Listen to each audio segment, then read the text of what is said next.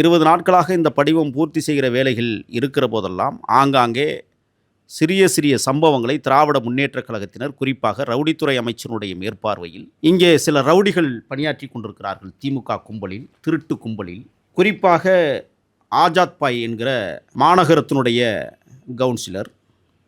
அவர் திராவிட முன்னேற்றக் கழகத்தில் சேகர்பாபுடன் இணைந்தே ஒரு மிகப்பெரிய ரவுடியாக வலம் வந்தவர். இன்றைக்கு திமுகவிலும் அவர் ரவுடியாக வலம் வருகிறார். அவருக்கு பக்கபலமாக திராவிட முன்னேற்றக் கழகம் இல்லை, திருட்டு முன்னேற்றக் கழகத்தினுடைய வட்டச் செயலாளர் கவியரசு என்கிற ஒரு ரவுடியும் இணைந்து கொண்டு பல்வேறு ரவுடிகளை பல்வேறு இடங்களிலிருந்து வரவழைத்து நேற்றைய தினம் ஒரு கொலை கொடூர தாக்குதலை திருட்டு முன்னேற்றக் கழகத்தை சார்ந்த இந்த ரவுடிகள் ரவுடித்துறை அமைச்சனுடைய கண் அசைவுகளில் நடைபெற்றிருக்கிறது. இதிலே கிட்டத்தட்ட தமிழக வெற்றிக் கழகத்தின் சார்பிலே நீங்கள் குறிப்பிட்டதைப் போல 4 மாத கர்ப்பிணியை, அது சிசுவை சுமந்து கொண்டிருக்கிற எங்கள் தங்கை மரியாதைக்குரிய பவானி அவர்கள் பலவந்தமாக தாக்கப்பட்டிருக்கிறார்.